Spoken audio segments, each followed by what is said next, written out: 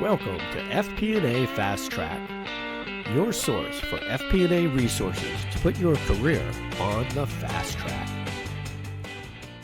Welcome, everyone. I have a great guest on the show today, Andrew Codd. We met, I want to say 3 or 4-ish years ago, somewhere in that time frame. And I had the pleasure of being on his podcast, Strength in the Numbers, which we'll talk about. But Andrew has a very diverse background. And I think part of the reason that we met was we kind of operate in the same general area in terms of topics. We work with finance and accounting professionals. Andrew is in Ireland. I'm in the United States. So we're different in that sense. But we've got some things in common and then some complementary things. So your background is so diverse. I thought it would be best if maybe you gave our audience just a little bit of your background, who you are, what you do, and who are the people that you serve. Yeah, thanks for the introduction there, John. I suppose what I'm doing now, let's work from there. I'm the president of a company called Phonetics. It's a company I set up with a few partners, which essentially provides finance teams with productivity software. A bit like the Salesforce.com for finance, bit of an ambitious goal for us, given it's a new startup. But after a long 20 plus years in the corporate world, it was just, I felt an appropriate time to strike out and put a lot of the toolkits we'd built up over the years into practice, given there was so much change going on in finance. And accounting as well, for that matter. So a lot of our clients and customers would be sort of mid to large size enterprises. And so far, it's gone better than I expected, thanks to the network effect, I guess, of having a podcast that's listened to in 170 plus countries around the world. And all those events done over the years, sharing our learnings, what was working and what wasn't in finance and accounting. And it gives me, and a big thing that's driving me on at the moment, John, is around the engagement side of things. We have a lot of clients that come out to us and ask if we can help them with their team engagement and so on, which is a fair shame, because I think when you work in the accounting and finance departments of large organizations, and it doesn't have to be like a big organization, even small organizations. I was just quickly on LinkedIn before our conversation, and I just saw one of our smaller, I would say, partner companies that I would have talked to just ad hoc. They won one of those EY Entrepreneur of the Year award. It's a big deal. And that was, and I remember the conversations with the finance director or the CFO of that organization at the time, and it was just like it's amazing the impact that finance can make on small manufacturing operations. It's just, as I said, we can make so much impact out there to the performance, success, sustainability of an operation, that we shouldn't feel ever disengaged in our work. So it just doesn't. It's one of those things that doesn't make sense, and I constantly feel like I'm trying to bring sense to this area. So hence, Phonetics, and the reason why we set that up was finance, obviously, for the finance part of Phonetics, and the other part of it, some cybernetics, is these feedback loops. Is feeding back in what's working, try and do more of that, discover what's maybe not working as well or a bit more challenging, and try and figure out if we want to do something with that or not, and sort of share that around. And also we've got a few modules in our software which allows team members to engage more in their work, have the stakeholder engagement, and the stakeholders actually acknowledging the impact that finance and accounting teams are making in their organizations and to their performance. So I think one of my favorite expressions is what gets measured gets managed. I think it was from Peter Drucker, one of my favorite writers. A classic, right? And that's the irony, I think, with a lot of these challenges. It's like, for me, sometimes it's so obvious, is how often do we as professionals in accounting or finance, FP&A, wherever, how often do we actually measure our own performance, what really matters, so we can manage it and talk about it and bring it to the attention? Or is it because, and people say, yeah, that's a lovely luxury in this world we live in of rapid change and transformation, as we've already said. So things are constantly evolving, and they completely are. But if it's a difference between having an engaged finance team all rowing in the right direction or rowing off in different directions, I know what I would have. And I think it's just doing the basics well and measuring ourselves rather than constantly measuring the rest of the business, maybe take some of our own medicine. So that's what I've sort of settled on there, John, after, I said, a career 20 years in finance. And And I probably would say before I even started in finance and became an accountant, a chartered accountant, I was in sales, because that's what Yes. my family used to work in. I used to spend my summers and weekends with my uncles and my dad on the road, selling various different things. Sometimes it was selling bread, sometimes it was selling vegetables. Um, Sometimes we go to what we call car boot sales. I don't know what they call them in the States. Uh, these markets where people pull up in cars and they open the boot or the trunk and they just open and they go sell whatever's in the back of the car. Oh, Uh, yeah, I guess the closest thing to that here we would call a flea market.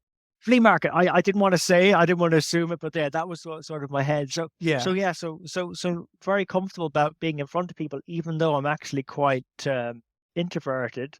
And I've always felt there was Who I would have actually known? much prefer, yeah, but I exactly, and I would have, I suppose I've always been able to flick between the two, Yeah, because same it here. was all, because if you need to drive results, you're not going to do that sitting at a desk. You're going to have to get out there, Yeah. even if it does feel a little uncomfortable or unnatural. But actually, just getting out there and engaging with people is actually a really good feeling. It does sometimes, it can suck your energy if you're doing it too much, but I think it's just being tuned into those things. But I felt sales was a very hard job, and it was much easier. I much prefer supporting people be successful as opposed Hmm. to being the one having to drive the success. So that's where finance and accounting resonated with me, because I love numbers, love deconstructing businesses, and then the whole leadership side of things. For me, I actually felt, as a leader, I don't feel as much pressure. The pressure in terms of having to drive the business. It's creating an environment for others to be successful. But that, and I suppose a smaller startup now that I'm in now, that is a bit tougher because, yeah, I have to say I feel like I'm having to drive a lot more to get momentum. But now that we're sort of through the teething pieces and we've got some clients and we're making some good revenue and so on, that it's a bit easier nowadays to get back into that mode of leading as opposed to having to doing all the time. So it's um it's been an interesting journey, but that's where we're at the moment. So hearing about your sales background, to me, connecting the dots makes a little more sense now, right? Because I get questions all the time. I do training with accounting and finance folks predominantly in the areas of communication skills. So I get the question all the time. You stand up in front of groups of people and talk and teach and train people, but you say when you're talking that you're an introvert. They have trouble reconciling those. And same thing as you mentioned, I am naturally more introverted, but I saw over time throughout my career, I would see people who were more assertive Yeah. getting opportunities that I felt like I could take advantage of if I were able to just speak up and be more assertive. So I just learned to become more situationally extroverted, and it made a world of difference. I love that expression actually. Yeah, that's situationally. How did how did the penny drop for you though? Because I think I fell into it by accident. It wasn't certainly deliberate. Because I really love that expression. I'm going to steal that now, actually, John, going forward. Have But at it. I'm sure so I stole it. so so when did the penny drop for you on that one? How did that come about? Um, I think probably the if I was going to identify one moment, and I think it was probably not one single moment, but the one Oh that yeah, sticks out the most. I was working as a manager of corporate development for AutoNation. Think CarMax. Um, so back then, I worked there in the early days of AutoNation. As a manager, my desk was in a hallway outside of the vice chairman's office. Then we moved into a beautiful new office and all that. But I was working in a division that was responsible for acquiring, or excuse me, building out these used car mega centers, kind of like CarMax is today. yeah, And so every day, and my main responsibility was a 5-year strategic plan and financial forecasting model. And so daily, I would go out and I would meet with people in different departments to update the assumptions. And one day I was out at a happy hour that somebody had invited me to. It was just a bunch of people from the company. And I was talking to someone for another department who I didn't really know very well. And after we'd all had a few drinks, everyone gets a little relaxed. And I said something and they laughed and they made the comment, gee, you seem like a nice guy. And they said it like it was surprising. And I said, why do you say it like that's a surprise? They said, well, passed you in the hallway and said hello several times and you never responded. We weren't going to say anything, but since you asked, we kind of thought you were, could bleep this out, an a-hole. And Wow. I was shocked because Yeah. I've always considered myself a people person. And I've always kind of really been irked by people who did what I was doing. So I immediately changed the subject and tried to, make light of it. So the next day I asked a couple of guys at work, I said, I don't do that, do I? And they were like, yeah, you do it all the time. Yeah. And I realized what was happening was, for me, that was a very stressful job. And when I was walking down the hall and those people said hello and I ignored them, I was almost always looking at some document that we were going to discuss in the meeting I was going to. And it was usually a document I produced and I was sweating bullets. Is there something, do I have an error? Am I going to be Oh able to God. answer all that? I was just stressed out all the time, right? Completely relate to that. Yeah. So I started getting into self-improvement. I just was like, I got to fix this. This is not good. Yeah. So then about a year later, they shut down the entire division that I worked in. I got laid off with 400 some other people. Luckily, they hired me back as a consultant, but I realized very quickly, now I work for myself. And without realizing it, I got into sales. Because if you can't sell and bring in a client, you're out of business. Yeah. So I started really working on myself. And in, I think it was 2011 or 2013, someone asked me to speak at a conference. It was a budget and forecast conference. And I thought, well, how does this work? And so we went back and forth and I said, okay, I'll do it. And I did it. I was terrified to do it, but it Yes. went well. They asked me back to do another one. I did about a half dozen for them that year. And then I realized I kind of like this. What if I actually was proactive and went out and looked for business to do this? Oh my And goodness. between then and Yeah. today, I transitioned from doing 100% consulting work, finance consulting work, and just a smidgen of speaking and training, to now I only do speaking and training unless, I jokingly say, unless you kick the door in and throw a bag of money at me to do consulting work, this is all I do. Yeah. So It's funny I sort of how do you say, I can certainly relate to your story, particularly that sort of always sort of worrying about the numbers and these sort of things, and not maybe be appreciating the full situation that's going on around the situational awareness. And that's what I was sort of thinking about the where the idea for the phonetic software came from, was that because I think finance is so busy focused on finance stuff, sometimes we're guilty of not asking our stakeholders or even our team members, particularly for finance leaders, what is the yeah, situation?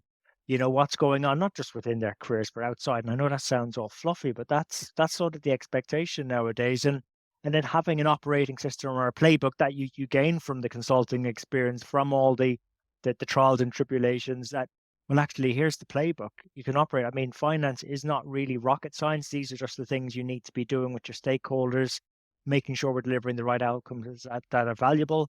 yeah, And that way you sort of tick the major boxes for people, and whether it's delivering to an audience at a speaking event, which, by the way, John, I don't do them as much now because I'm fairly selfish on my time, trying to grow the business and drive it forward. But I would say that I still get a little terrified when I'm presenting. But what keeps me going is is the conversations afterward. I look beyond the initial presentation piece that goes in a bit of a blur. And I do get great energy from it, particularly where I'm facilitating, because I feel very uncomfortable being an expert. I may have written a best-selling book, but I didn't. I wouldn't perceive myself ever as an expert on certain things, and and so I like facilitating conversations much more. So I get much yeah, better energy out of that. But I do enjoy the bit afterward. That's what I look beyond the situation to the after it, which is the conversations you have with people. Like, what insights did you get from that, or what did resonated with you most, or how are you going to take that away and put it into practice, or if there was any gaps that we missed something there that you'd like us to have talked about. I love seeing beyond the situations, and then so I'm looking forward to get to that. So I probably don't enjoy, or maybe it's a case of I distract myself from being terrified during the event, so afterwards I can enjoy it more. Maybe that's how I get through it. But Yeah, I still, but I'd be worried if I wasn't feeling a little nervous or a bit terrified before these things. Yeah, You know, I've heard. because then I probably wouldn't be taking them as seriously if that makes sense. Yeah, that's exactly what I've heard from some of the most successful speakers. Is that they say it means you care. Yeah, yes, If you're at yes, least a little nervous, maybe it gets dialed back from terrified to nervous or excited, or maybe they put a different word on it as they get more experience. But at the end yeah, of the day, your energy level spikes if you're really invested and you really care about it. You use the yeah, word that really resonates with me, and I add one to describe myself. I don't like the idea of being referred to as an expert either. Uh, I've come to realize in the last couple of years that my value is more as a curator and a facilitator. mm, So helping people, you take all these different books that I've read and courses that I've taken and experiences that I've had, the more diverse, I think I have a diversity of experience that I can curate different things from that can add value in any particular situation that maybe is just different from what that person has in their experience. And it's not necessarily from being the world's best at one thing. It's an ability, I think, to be able to quickly connect dots and say, okay, yes. I'm hearing you say you have a problem with this. I have all this experience over here. I'm going to take a little from here, a little from here, and a little from here. That's And together, I think we can help craft a solution to your problem. the yeah, yeah. No, no, no, I'm not trying to put you or anyone else out in finance out of business, John. But what if you could do that, connecting the dots, all those little bits faster, enabled I'm by guessing something like that's a what your software? software does. Yeah. So essentially, so that's what it does. Yeah, the bit where we're challenged with at the moment that we're overcoming is in the early days when we started it, it was very much human-led identification of the opportunities. Now it's trying to train algorithms to spot them faster than we can. So it's still connecting dots and identifying patterns of what's working well and what could be better, what the trends are, and so on. Um, and you know what? It's nice to use software for that because our brains can only hold so much, which is why I like your idea of the curators, because behind the scenes, that's why I loved doing the podcast actually, was yes, it was great doing the conversations and vicariously learning from people, so much new input all the time. And then putting it out there and then hearing the conversations that were going on afterwards and getting the feedback from the audience about, what they liked and so on and other guests that they wanted on. But then what I really enjoyed the most was behind the scenes is connecting the people with each other, whether it was someone had listened in and wanted to connect with someone who was on the show, or one of the speakers on the show, Yep. or actually connecting the podcast speakers together. And actually, our biggest client at the moment came from someone who was on the podcast, even though it wasn't set up way as a business generation Right. activity. When they'd heard I'd left the corporate world, they said, just we want you to come, consult with us and do a few things with us. And I say, well, I'm not really sort of looking to work for anyone anymore. We're trying to drive the software. Bring the software with you. It's like, okay, fine. Makes sense, right? And connecting the dots. So this is the thing about the creating and sharing is you get a really interesting body of connections, of people, of ideas, sources of information that you can tap into. So whether it's a software or whether it's a machine network or human network, I think networks is super important for the audience listening in today and watching in. Um, Definitely, I think the ability to create, and that's why I find particularly functions like FP&A very important, John, because of their visibility across their organizations. They've access to data, access to decision Yeah. makers with the right training, which a lot of people FBA have. They can start connecting dots in ways that matter to support decisions. Yep. And the cool thing about having a sort of a financing or accounting type badge is we're perceived as independent, apolitical, bipartisan. We're not for any one particular function. We're there for the business to represent the business. So we tend to get a lot of people's ears. So it's a tremendous platform to make a difference in our organizations. And again, comes back to like, why? How are I mean, if the statistics are to be believed, 70% or 7 out of 10 people in finance are not engaged in their work. Crazy. Yeah, it's a scary number. With a couple of things came up for me while you were talking. One of them was the idea of connecting people. Um, and that's something I need to get better at doing that because I've been really fortunate. I've been almost shocked at some of the speakers that have said yes to be on the program.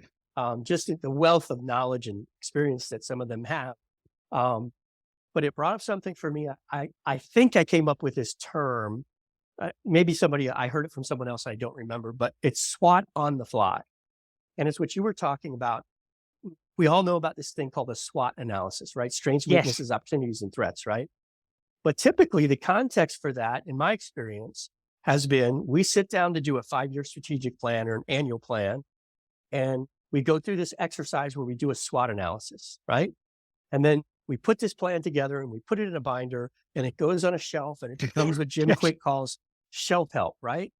Oh, And love that. nobody Yeah, ever love looks at it again. Yeah. Yeah. And so my term SWOT on the fly, I came up with when I was talking to people about encouraging them, get out from behind your desk and get around in your organization. Yeah. Get some exposure to the operations of the business so that when you're looking at the numbers, you have a context in your head of what these numbers relate to. And I think I developed that from some great leaders at a couple of organizations I worked at that forced that on me. They said, hey, Yeah. Sanchez, get out from your desk and go talk to this person, this person, and this person. And then when they come and, for example, when I worked at Royal Caribbean Cruises, I handled all the capital appropriations requests. So when somebody came in and said, maybe they said, hey, we discovered this great new software, this phonetics software, and we want to implement it in our department. And this is how much it's going to cost. And here's why we want it. So I'd have to sit down with them and do an analysis and crunch the numbers and all that good stuff. That was such a fantastic experience for me because it forced me to learn about all these things that were outside of the numbers, but they were like the structure or the scaffolding underneath the numbers that if you didn't understand, you didn't have a full understanding of the business. Yes. And then one other thing, and then I've got a question for you. Something you mentioned about connecting the dots also. One of my goals with the podcast, actually with all my content, but specifically with the podcast, is to tag different clips so that if I meet somebody and they say, we're having a problem with creating insights or developing data dashboards or whatever it is, make a mental note. And when I get back to my office, send them the clip. I already have the beginnings of this, a spreadsheet with different video and audio clips tagged with different categories to go. They asked about these 3 different things and then grab those clips, send them a link to those clips and say, hey, you mentioned this. Here are a few clips that specifically talk about that. I hope they help. Now there's some work involved to get there, but that's a vision that I have. Oh no, it's a great vision. In actual fact, it's much more organized than the vision I had for when we did our podcast to strengthen the numbers. My thing was just to have this go-to resource of people that had some ideas that worked in finance and accounting, that seemed across their careers to help them get enjoyment or have some fun in it. It was mostly finance and accounting. We had some people from other backgrounds. It was interesting. I actually had a link emailed to me from one of our previous guests on the show. If I could send it out. I actually ended up sending it to my wife on how to have a good day, because we actually had an author who wrote a book, How to Have a Good Day, and we called the episode How to Have a Good Day in Finance. So she was talking about things like massively researched stuff. Here we go. She might be in that book. Yeah. So you just led me to, that was a perfect segue, whether you realized it or not. I didn't realize. To a couple of things. I tagged a few things in your book. So if you don't have the Finance Mentors Ledger, you need to go out and get it. It's on Amazon. I'm sure probably on links on your website as well. We'll leave all this information in the show notes. This, by the way, was one of the best ideas I've ever seen, which is this entire book is basically content from your podcast. Yeah. I like the best content as well. But it's a brilliant, I've never seen anything like that. It's a brilliant idea, but you mentioned something, you mentioned your wife, which brought up something for me that caught my attention quickly. It's in the front of the book, but it caught my attention not because it's in the front of the book.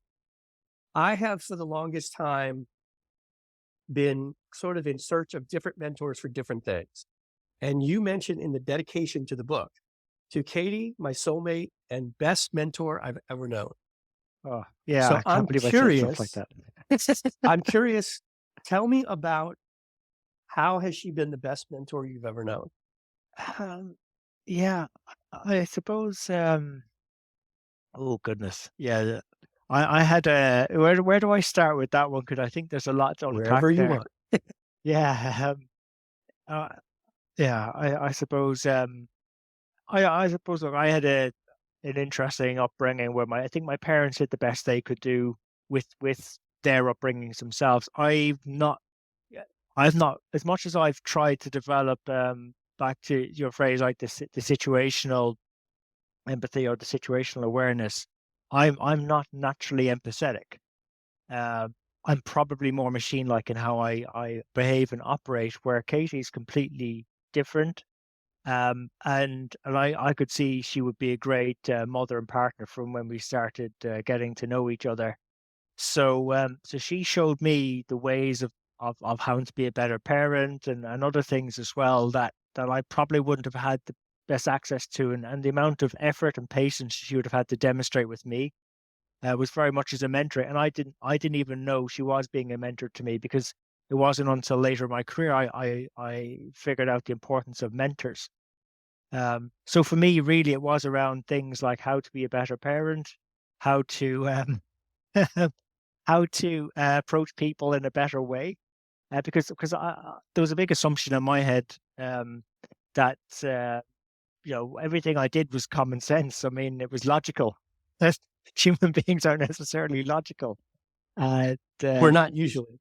not usually, yeah. So yeah, so it was just, yeah, not usually, yeah. So it was like it was just she had a really good way of just pointing out what I did well and what I could do better, and she just always seemed to have an answer for everything. So I feel I've been very, very fortunate to have that person by my side, and just help encouraging me, and the way we sort of divided the roles in our family. Now the great thing is now is Katie's going.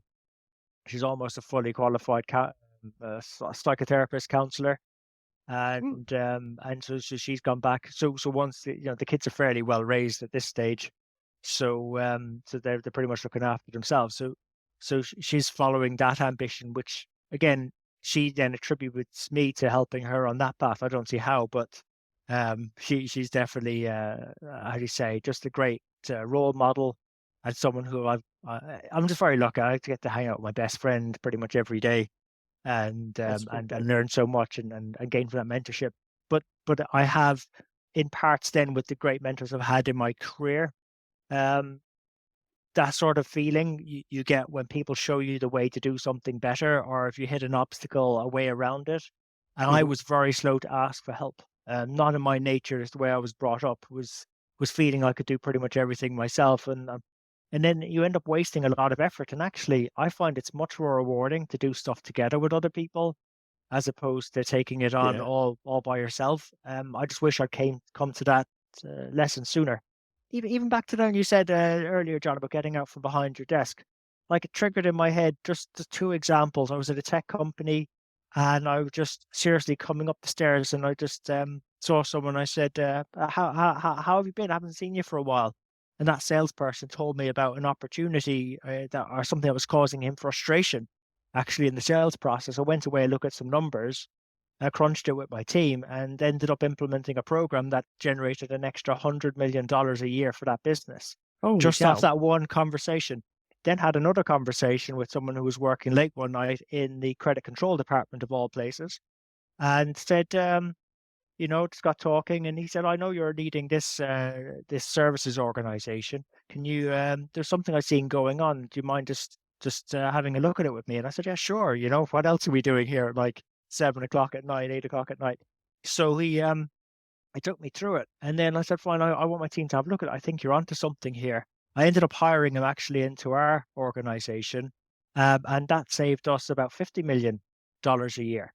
That saving, because it turned out we were auto crediting customers when they cancel their contract, which we shouldn't have been doing, because of the penalty clauses in the contracts itself. So again, it was just amazing. Just these random conversations were leading to value. Just the importance of getting out behind your desk and just being human with people and asking how things are going.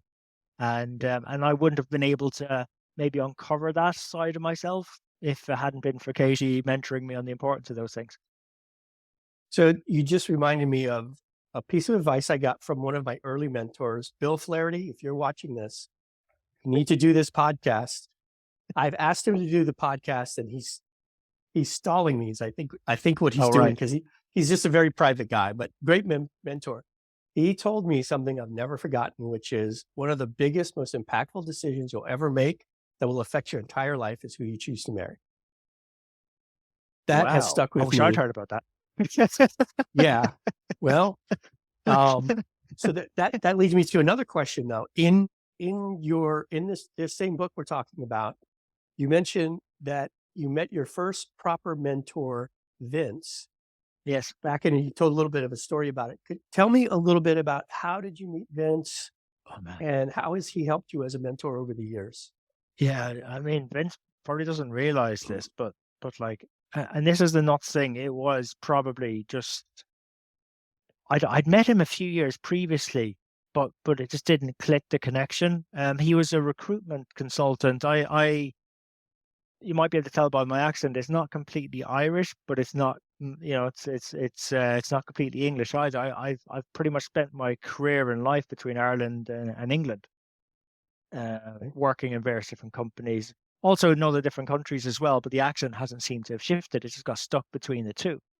And Vince also happened to come from this part of the world I live in. It's West Cork, uh, in Ireland, so this rocky Atlantic Ocean. So he was over sort of west of London himself, and I had left the job because I was explaining to actually one of my team this morning. I'd left the job because we needed to get a mortgage because we were getting Katie and myself were getting married. We were going to buy a house, get all this sort of stuff, and I wasn't going to be able to get a mortgage on the salary I was at a place I really enjoyed working. So I had to move jobs. So I moved jobs, and it turned out to be a disastrous move. Really long hours. I didn't fit the culture. The company I went to, it was a pharmaceutical one. Let's say I don't trust pharmaceutical companies after that experience. It was really Interesting. shattered my ambitions. I was very idealistic as well, which probably made it feel a lot more of a painful, like a bad decision I'd made. Turned out to be the best decision because I wouldn't have found my way to Vince, because what ended up happening was I needed to get out of there. So I just applied to loads and loads of jobs, and I reckon Vince must have had about 3 or 4 different, completely different jobs advertised, and I applied for all of them. So it looked like I was a guy who had no idea what he was doing or where he was going, which is pretty much what he said to me. He goes, he phones me up and he goes, Andrew, hi Vince, I think we might have met before, blah blah blah. I said, look, uh, I, I think it's interesting. You applied to a few of my jobs, but I don't have any job for you. Um, but I think I've got some information that's really useful to share with you. So I think we should meet. And it's one of those moments, John, where I don't know if anyone like listening or watching has had similar, where sometimes you just realize in life someone knows something, more than you, and you just need to shut up and just say, yeah, okay, I will meet, let's meet. It's like there's no debate. Um, so we met at the Holiday Inn up at one of we have these motorways, or we had these motorways over in England, similar like interstates. We just met off one of the laybys off one of them at a Holiday Inn in the lobby there, and we got a coffee together. And he showed me this. He called it a career bone diagram, and it's Oh, actually what? made its way. It's called a career bone diagram.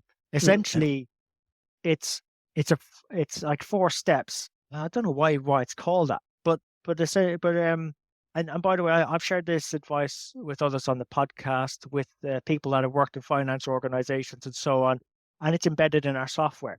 Actually, is one of the modules. Interesting. Funny enough, it's just we've got the software version of what was done on the back of a napkin. Literally, it was done on the back of a napkin what Vince did there, and so it's helped. I'd like to think tens of thousands of people, at least in finance and accounting, and probably beyond this framework. So Vince didn't just help one person that day; he helped tens of thousands in our community.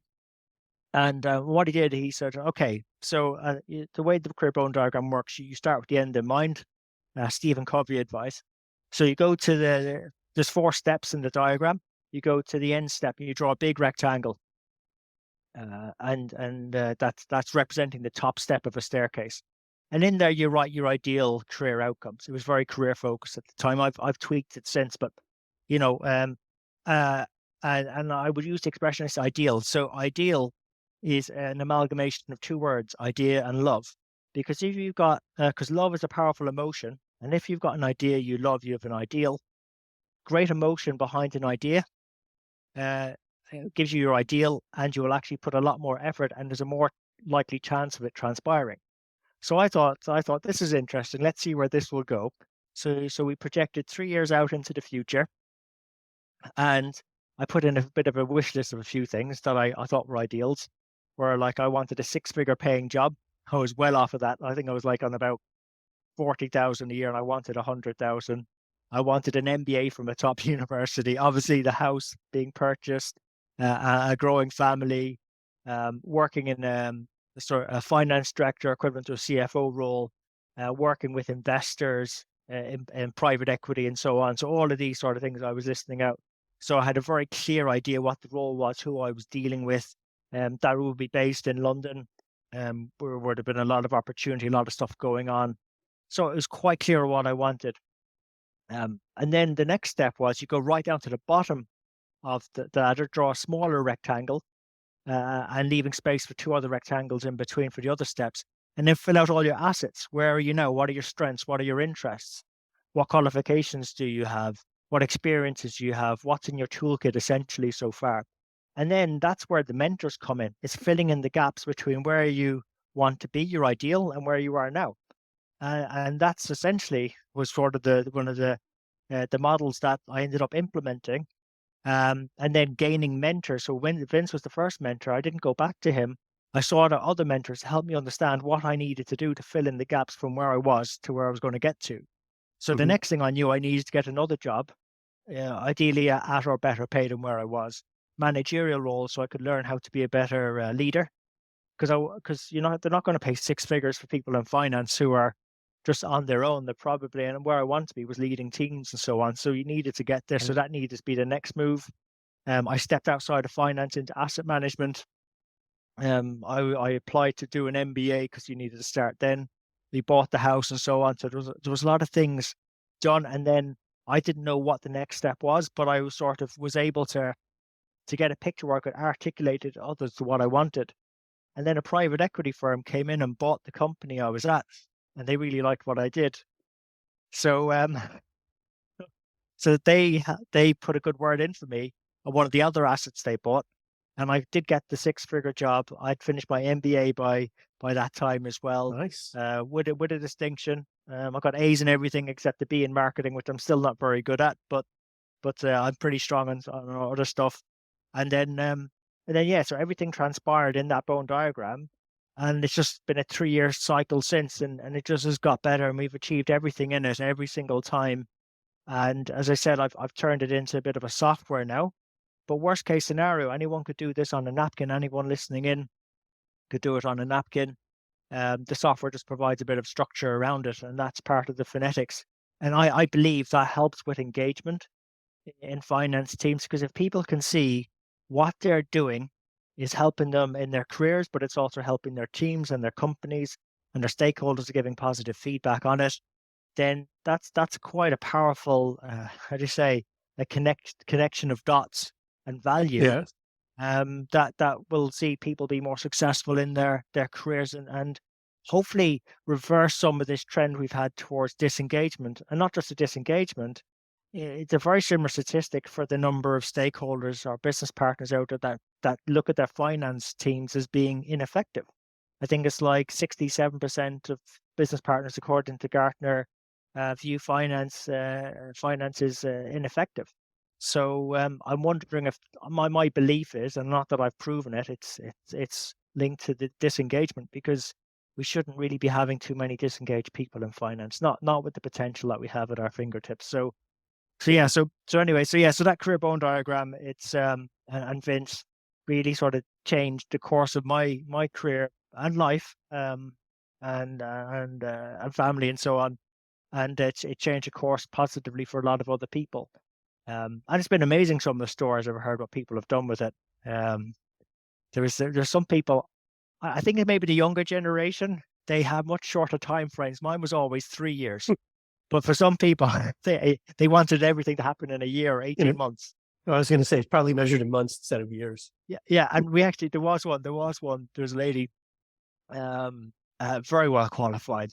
She had much better starting point than me in terms of strengths and assets and so on. And she wanted in 18 months to get from where she was to like a six-figure role. So not a big a jump as I had to do, but nearly 2x from where she was. And she had no idea how it was going to happen, but we just started planting it out or whatever. And she nailed it.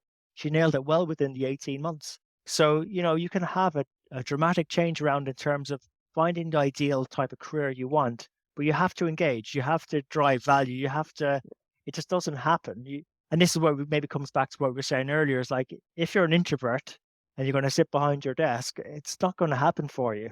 You're going to go out and have to have conversations, connect, have mentors.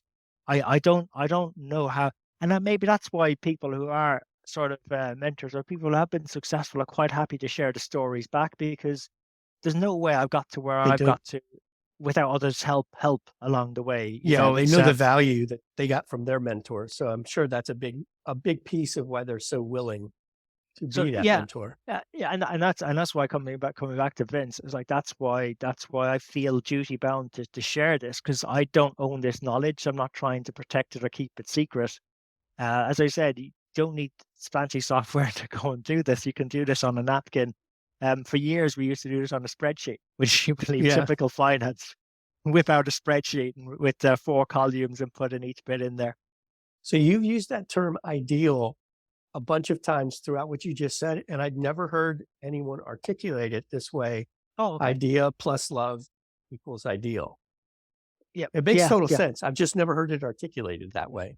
But I think it's funny, but like that just landed sometimes. John, I don't know where I got that from. Again, maybe it was something subconscious, I don't know. But the whole point of what I was trying to do there was just say, look, when you've got an idea and you put strong emotion behind it, something that's really powerful, there's a much better chance it's going to be successful. Oh, 100%. Tony Robbins. That resonance? Part of the reason, if you ever been to a Tony Robbins event? So if you walk but I know the guy. I know the guy you mean, the guy with the huge hands. Yeah. So if you walk into an event with him, I went to his signature Unleash the Power Within way back in the late 90s. Yeah. I remember walking in, and I felt like I was walking into a nightclub. There's this upbeat dance music blasting and people jumping up and down, and there's people on the stage before he comes out, and they're exercising, and I'm thinking, what kind of woo-woo crap did I get myself into? And it wasn't very long before I was doing the same thing with the crowd. And I realized he talks about this all the time, that all learning is state dependent. If you come in there and you're down, low energy, and you're not excited, and there's all this great information coming your way, you're not going to be absorbing it. You're not going to remember it. So it makes total sense, though. Well, but maybe that's part of like people's careers as well. Just now thinking out loud, actually, it's the learning, the state you're in for learning is super important. But same when it comes back to work, if people are excited or feel that there's a purpose behind the work they're doing, I think they'll put much more energy or engagement into it than perhaps not. And I think that's where sort of like, the mentoring piece comes in as well, or just having a framework, like, again, not with phonetics to me is like, it's like an operating system. It's a playbook you can follow, but when you're enhancing a playbook with stuff that actually works practically in the real world, when I did my and that's probably the same for a lot of listeners out there who did any qualifications, whether it be an FP&A or chartered accountancy or whatever. Where did it in the handbook on becoming an accountant or the International Finance Accounting Standards or US GAAP? Did it ever say, get out from behind your desk, go and have conversations with people? It doesn't. I never heard it. Yeah. Well, speaking of which, so I know both in your jobs as well as in the people you talk to in your podcast, you have worked with people from a lot of different countries, a lot of different cultures. I think in your book, actually, there were 8 people. And this book actually came out. I don't know what episode you were on in this book, but you've got a lot since this book came out. But even just when that book came out, you had already interviewed 8 people from Africa, 18 people from Asia and Australia that were in the book. And I'm curious, what are some of the observations that you've made about how cultural differences impact the way people communicate with each other or work with each other? Oh, it's a good question, John. How would they impact? I'm very biased on this one. Um, so maybe my bias might come across in this answer. I'm quite happy to take on the additional cost associated with communication costs. I'll try and I break it down. I studied Austrian economics at university, as well as financial, but I really liked the Austrian because they talked through economics. It was Austrian economics is based on praxeology, the study of human action. So I'm quite happy to experience the dynamic transaction costs that come from having a more dispersed team across the world. I mean, when I finished up as a CFO in a multinational before embarking with Phonetics, I led a team across 4 continents, and I was a leader of leaders. So you've got multiple opportunities for communication to fall down between multiple gaps across teams and so on. And yes, it's probably easier to have everyone all in one office, to communicate and so on, same way of thinking and same cultural. But I'm quite happy to see what innovation gets sparked from those conversations of people from different countries. So we say had maybe a person in Brazil talking with someone from Egypt, or someone from Malaysia talking with someone from, say, Slovakia, or someone from Ireland who, maybe talking to someone from England, and Ireland and England had a bit of a fractious relationship for many, many years. So I was quite happy to see where that would go. And there was also a resilience element as well. If, for instance, like we had quite a big team in Cairo actually. If a lot of them were out of the office because of, say, they were celebrating Eid, like quite recently, or were fasting, that we had other people in the team who could pick up the slack. So I felt it helped improve teams' resilience. What I'm saying is I probably look past some of the cultural things, John, because of my biases, because I felt that was a better way of establishing a team. And I also like the idea of hubs in various different locations. So people had good career paths to follow. If I was to peel back on the cultural one, and I'm not trying to slight anyone in maybe more economies that some might consider it as more developed, whatever developed means. Maybe larger economies is probably the right way to term it. Is I felt working with maybe people, say, in Egypt, they were hungrier to learn and engage than maybe someone of a similar age group, say, in Ireland. For instance, they reminded me of what the Irish were 20 years ago, type of thing. Hmm. Very hungry, eager to learn, wanting to engage, wanting to do more, wanting more for themselves. Um, Now maybe again, they were the ones that we were talking with because I wanted to work with a multinational because they wanted to travel. They were ambitious, so maybe it was self-selection in that regard, and it's not typical of their entire culture. Um, I do remember listening on as part of the MBA covering a cultural component. Gert Hofstede, I think from the Netherlands, he had a cultural scoring index, and Interesting. and the thing was, like, look, in finance we support a lot of decisions, and I was very mindful of groupthink. The whole Bay of Pigs thing stuck in my head. And when you've got people who have got different uncertainty avoidances, I'm very risk averse. It comes across in my investment Hmm. portfolio as well as my decisions. I'm not much of a risk taker, although, you running a business and a startup and so on, and taking that leap, some might think it's risky, leaving the safety of a corporate world where things were going brilliant. Um, might be a bit crazy for some, but very risky for some. But no, like for me, I'm very risk averse. So sometimes it's nice to surround yourself with people who are less risk averse, culturally speaking, and this is on cultural indicators. It's called the uncertainty avoidance dimension. Then you've got some people that are more individualistic cultures versus collectivistic. Um, it was probably no accident.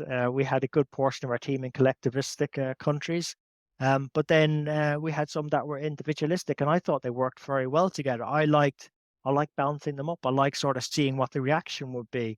And I was happy to pay the additional cost in terms of maybe time to do something. It took longer to get stuff to market, but maybe Yeah. the quality was, from a decision making perspective, more well rounded. And I was happy to play that trade off. So my bias is coming across, but there were definitely cultural differences. I mean, and that was part of the fun as well. We had, one of the team builder games we actually used to play. So the way we had a great guest on the show, Ashish. He was an Indian VP who used to run a similarly dispersed global team, and he said it was very important to get out there and meet the team and travel regularly. And I do agree with him as a leader. It's important to get out and experience culture and live it yourselves. I feel much Yeah. better as more rounded as a person, appreciating what it looks like in a Yep. Cairo or being to Slovakia. Bratislava is a lovely place. I would never have been there had it not been for the opportunity afforded to go meet the team, have their local foods, their cultures, particularly the local beers. I'm a big fan of trying beers from all around the world, um, and with some great beers here in Ireland as well. So, but it was just nice to have that appreciation. I feel like I grew as a person, you know.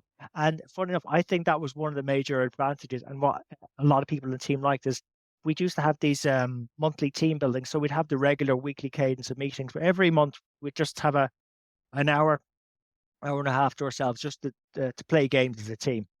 And we had some amazing games. Some of the creativity of the team and the effort that they put into one time, right? They created this team building game where they created a quiz, um, where it was like you had to solve puzzles to go to the next step of the quiz, and it was like you landed in their country, and to get to the next part of the map, you had to. I don't know what they designed it on. Could have been MS Teams or something. I don't know, but it was absolutely amazing. Like they created an app where you had to solve a puzzle, and then you go to the next one, but you learned about their culture and solving the puzzle, Oh, that's and then you cool. made it to the game. Yeah, but the one cool one, and I recommend it for our audience because it's easier to access, is there was this um website or app called GeoGuessr. I don't know if you heard of it, John. Hmm. GeoGuessr. GeoGuess GeoGuessr, and I think it's GeoGuessr. I think that's what it is. It's missing the E, I think. But essentially, what it does, it throws up loads of pictures of different places in the world, and you have to guess where in the world it is on a map. And you get a Interesting. score for how close you get to that place. So you might see a castle and you think, oh, is that in the south of France or is that over in North Africa? And then the team, you have to decide. So you'd group people up and you'd play games together. And then someone in the team might have been to that location because when you're dispersed across the world, more than likely someone has probably been there. And we had someone who'd been to like some museums in Scandinavia. And I was just like, oh, right. And I didn't know this. They had loads of museums in Stockholm and Sweden. So that's on my list now to go and travel to Sweden and go and visit museums there.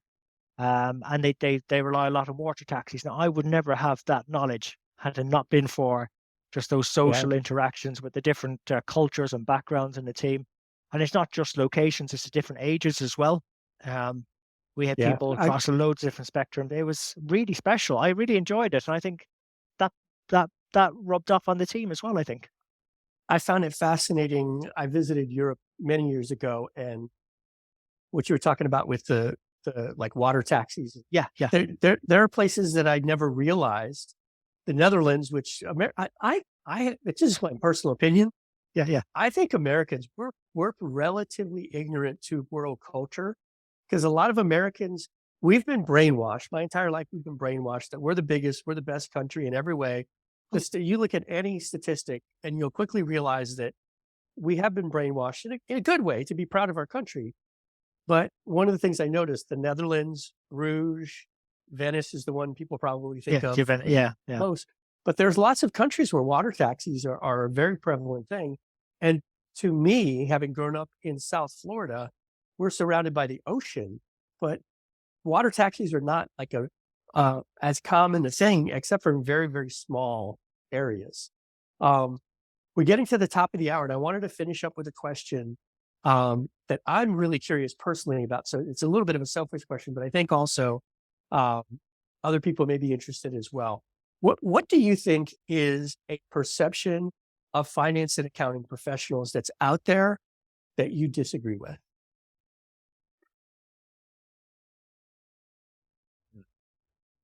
Yeah. The the typical one is that is maybe it resonates with me is the bean counter, is the person with the spectacles and goes back. I had to watch it, the movie called The Accountant. I think it was based on a book.